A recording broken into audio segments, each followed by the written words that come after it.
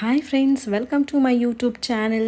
ನಾನಿವತ್ತು fried rice ಮಾಡ್ತಾಯಿದ್ದೀನಿ. Fried rice ಮಾಡೋದಂತೂ ಸಖತ್ ಈಸಿ. ಒಂದೇ ಥರ ತಿಂಡಿ ತಿಂದು ನಿಮ್ಗೆ ಏನಾದರೂ ಬೋರ್ ಆಗಿದ್ರೆ ಆರಾಮಾಗಿ ಈ ಫ್ರೈಡ್ ರೈಸ್ನ ಮಾಡ್ಕೋಬೋದು.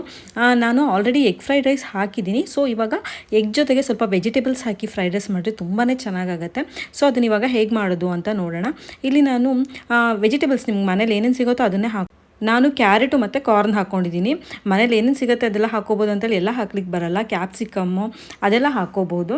ಸೊ ಅದ್ರ ಜೊತೆಗೆ ಸ್ವಲ್ಪ ಎಗ್ ಫ್ರೈ ಮಾಡಿ ಇಟ್ಕೊಂಡಿದ್ದೀನಿ. ಈ ಥರ ಎಗ್ ಫ್ರೈ ಮಾಡೋದು ಹೇಗೆ ಅಂತೇಳಿ ನಿಮ್ಗೆ ಗೊತ್ತಾಗಬೇಕಂದ್ರೆ ನಾನು previous egg fried rice video ನೋಡಿದ್ರೆ ನಿಮ್ಗೆ ಗೊತ್ತಾಗುತ್ತೆ.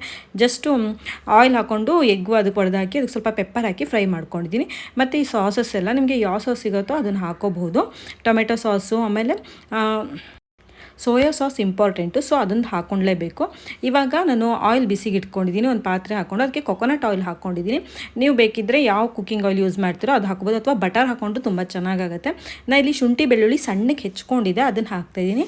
ಆ ಫ್ರೈಡ್ ರೈಸಿಗೆಲ್ಲ ಶುಂಠಿ ಬೆಳ್ಳುಳ್ಳಿನ ಸಣ್ಣಕ್ಕೆ ಹೆಚ್ಕೊಂಡು ಹಾಕಿದ್ರೆ ಟೇಸ್ಟ್ ತುಂಬ ಚೆನ್ನಾಗಿ ಬರೋದು.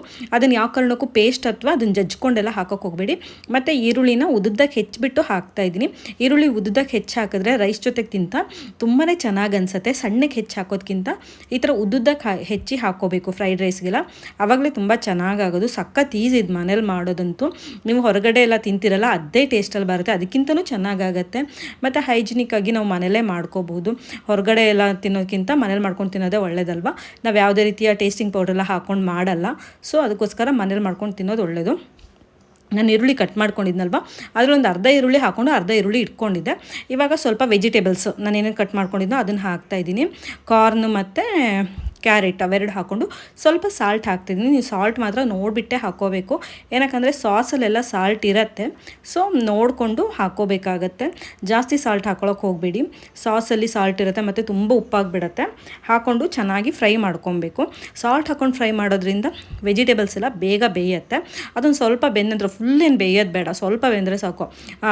ಬಾಯಿಗೆ ಅದು ಸಿಕ್ಕಿ ಕರಮ್ ಅಂದರೆ ಟೇಸ್ಟ್ ಚೆನ್ನಾಗಿರುತ್ತೆ. ಅದಕ್ಕೆ ಒಂದು 2 ನಿಮಿಷ ಬೇಯಿಸ್ಕೊಂಡ್ರೆ ಸಾಕು. ಅದಾದಮೇಲೆ ಸಾಸು ಸ್ವಲ್ಪ ಹಾಕ್ಕೊತಾ ಇದ್ದೀನಿ. ನಾನು ತುಂಬ ಸಾಸು ತುಂಬ ಹಾಕ್ತಾಯಿಲ್ಲ, ಹೆಲ್ತಿಗೆ ಒಳ್ಳೇದಲ್ಲ ಅಂತ ಹೇಳಿಬಿಟ್ಟು. ಈಗ ಎಗ್ ಫ್ರೈ ಮಾಡಿ ಇಟ್ಕೊಂಡಿದ್ದೆ ಅಲ್ವಾ, ಅದನ್ನು ಹಾಕ್ತಾಯಿದ್ದೀನಿ. ವೆಜಿಟೇಬಲ್ಸು ಮತ್ತು ಎಗ್ಗೆಲ್ಲ ಹಾಕ್ಕೊಂಡು ಸಾಸ್ ಜೊತೆಗೆ ಫ್ರೈ ಮಾಡ್ಕೊಳ್ತಾ ಇದ್ದೀನಿ. ಈ ಥರ ಮಾಡಿದ್ರಂತೂ ತುಂಬಾ ಚೆನ್ನಾಗಿರುತ್ತೆ. ನಿಮಗೆ ಒಂದೇ ಥರ ತಿಂದು ಬೋರ್ ಆಗಿದ್ದರೆ ಈ ಥರ ಮಾಡ್ಕೊಂಡು ತಿನ್ನೋದ್ರಲ್ಲಿ ತುಂಬ ಇಷ್ಟಪಡ್ತೀರ ನೀವು, ಅಷ್ಟು ಚೆನ್ನಾಗಾಗತ್ತೆ. ಸೊ ಇದಕ್ಕೆ ಇವಾಗ ರೈಸು ನೀವು ಯಾವ ರೈಸ್ ಆದರೂ ಮಾಡ್ಕೊಂಡು ಹಾಕೋಬೋದು. ನಾರ್ಮಲ್ ನಾವು ಊಟಕ್ಕೆ ಯೂಸ್ ಮಾಡ್ತೀವಲ್ಲ ಆ ರೈಸಲ್ಲೇ ಮಾಡ್ಬೋದು. ಇಲ್ಲಾಂದರೆ ನೀವು ಬಾಸುಮತಿ ರೈಸಲ್ಲಾದರೂ ಮಾಡ್ಕೋಬೋದು. ನಾನಿಲ್ಲಿ ಊಟಕ್ಕೆ ಯೂಸ್ ಮಾಡ್ತೀವಲ್ಲ ಆ ರೈಸ್ನೇ ಯೂಸ್ ಮಾಡ್ಕೊಂಡಿದ್ದೀನಿ. ಸೋನಾ ಮಸೂರಿ ಅಕ್ಕಿ ಹಾಕಿದ್ದೀನಿ. ಇದ್ರ ಜೊತೆಗೆ ಮೇಲ್ಗಡೆ ಸ್ವಲ್ಪ ಕೊತ್ತಂಬರಿ ಸೊಪ್ಪು ಹಾಕ್ತಾಯಿದ್ದೀನಿ. ನೀವು ಹಸಿಮೆಣಸು ಬೇಕಿದ್ದರೂ ಸಣ್ಣಕ್ಕೆ ಹೆಚ್ಚಿ ಹಾಕೋಬೋದು.